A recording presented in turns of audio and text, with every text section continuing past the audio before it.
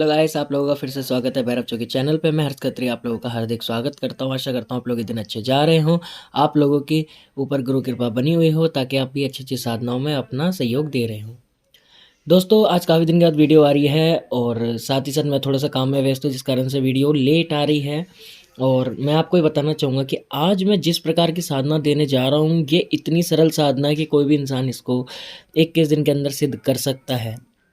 साथ ही साथ ये साधना करने वाला इंसान किसी भी माइकलाल से डर नहीं सकता और ये साधना करने के बाद आपका कोई कुछ बिगाड़ नहीं सकता, क्योंकि ये जो साधना है ये अमलियात है हमजाद की। अमलियत हमजाद भी हमजादों की तरह होता है और इस हमजाद को जो है सिद्ध करने के कई सारे तरीके होते हैं, मंत्रों से, ध्यान से और त्राटक से। तो ये जो विधि विधान दे रहा हूँ ये त्राटक के माध्यम से दूंगा ताकि हर कोई इसे कर सके, लड़का या लड़की। अब इसकी खासियत सुन लो, इसकी खासियत क्या क्या है। इस हमजात की खासियत है, जितनी देर में आपकी पल के ऊपर से नीचे आती है इतनी देर में तो ये हवा में उड़ जाता है, गायब हो जाता है, इधर उधर जा सकता है, कि बेमौसम के फल ला सकता है। दुनिया में कितना भी बड़ा सा बड़ा काम हो, सोना चांदी गहना लहंगा जो भी कुछ हो, ये ऐसी शक्तियों को अपने वश में कर सकता है जो अन्य कोई और शक्ति नहीं कर सकती। हमजात एक आपका ही पहलू होता है, जिस कारण से ये एक आप ही का ही अपोजिट वे होता है। अमलियत हमजात जो होते हैं ये अच्छा काम नहीं करते, नापाक कार्य ही करते हैं, ये बात ध्यान रखना। तो इसलिए आपको ये चीज़ को खास तौर पे रखना है कि आप कैसे इस साधना को सिद्ध करते हो, कैसे क्या करते हो। सबसे पहले हमें एक कमरे की ज़रूरत होगी और एक चांदी की अंगूठी की। चांदी की अंगूठी में एक शीशा लगा होना चाहिए, ऐसा नगन लगा हो जिसमें आप आर पार देख सको। ठीक है। साधना के वक्त आपको मकान में जिस कमरे में आप ये करोगे उसकी साफ सुथरा करके पूरे कमरे को, उसके अंदर कोई सामान ना रखा हो, सारा सामान बाहर कर देना, यानी वो एक खाली कमरा होना चाहिए।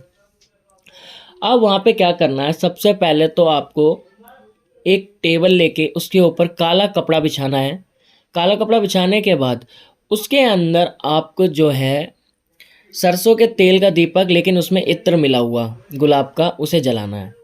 जलाने के बाद उसे इतना ऊपर रखना है कि जब आप अपने उसकी तरफ पीट करके बैठें तो आपकी परछाई आपके सामने हो। और आपको क्या करना है, इस चीज़ का खास ध्यान दें कि जब आपके पास वो जो अंगूठी है उसको आपको अपनी परछाई के बिल्कुल ऐसी जगह रखना है कि आपकी परछाई उस अंगूठी पे पड़नी चाहिए। ठीक है। ये क्यों करना है मैं आपको बताऊंगा अभी।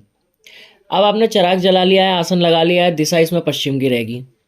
लगाने के बाद अब आपको क्या करना है, आपको सिर्फ 2 बार यह बोलना है, या अमलियात हमजाद हाजिर हो, या अमलियात हमजाद हाजिर हो। 2 बार बोलना है। फिर आपको एक टक अपनी परछाई की गर्दन पे देखना है। 10 मिनट देखने के बाद पलकें आपको बंद कर लेनी है। बंद करने के बाद आपको ऐसा सोचना है कि आपकी जो परछाई है वो उस अंगूठी के अंदर कैद हो रही है।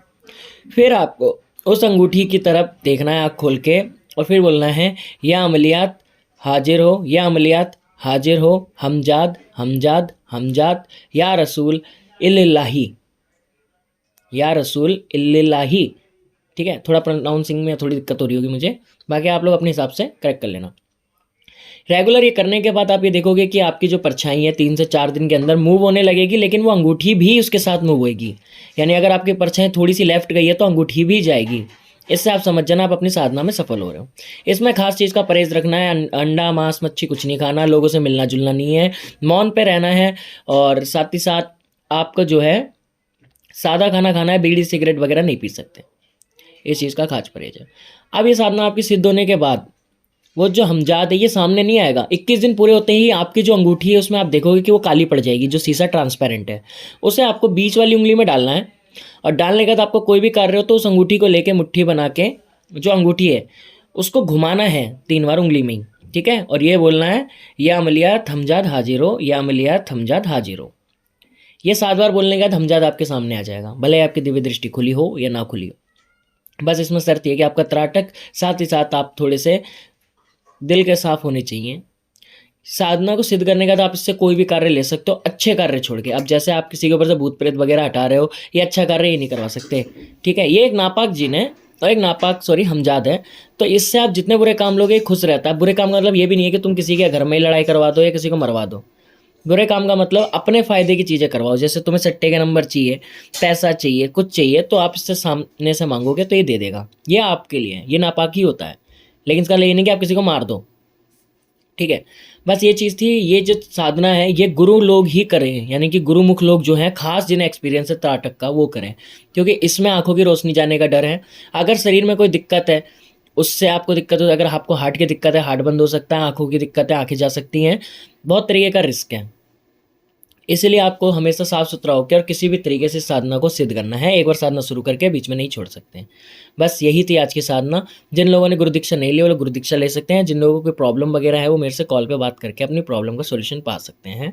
ठीक है। प्रॉब्लम का सोल्यूशन लेकिन मेरे दरबार में आओगे जब ही कर सकता हूँ मैं, क्योंकि ऐसे फ़ोन पे बताने से मेरा ही नुकसान होता है, क्योंकि ऐसे में एनर्जी मेरी ज़्यादा वेस्ट होती है और आप लोगों का भी कोई सोल्यूशन निकलता नहीं। इसीलिए मिलता हूँ आप लोगों से ऐसे अच्छी अच्छी वीडियोज़ के साथ। जय मेरे केसर मलबोरी की, जय मेरे भैरव बाबा की सदाई जय।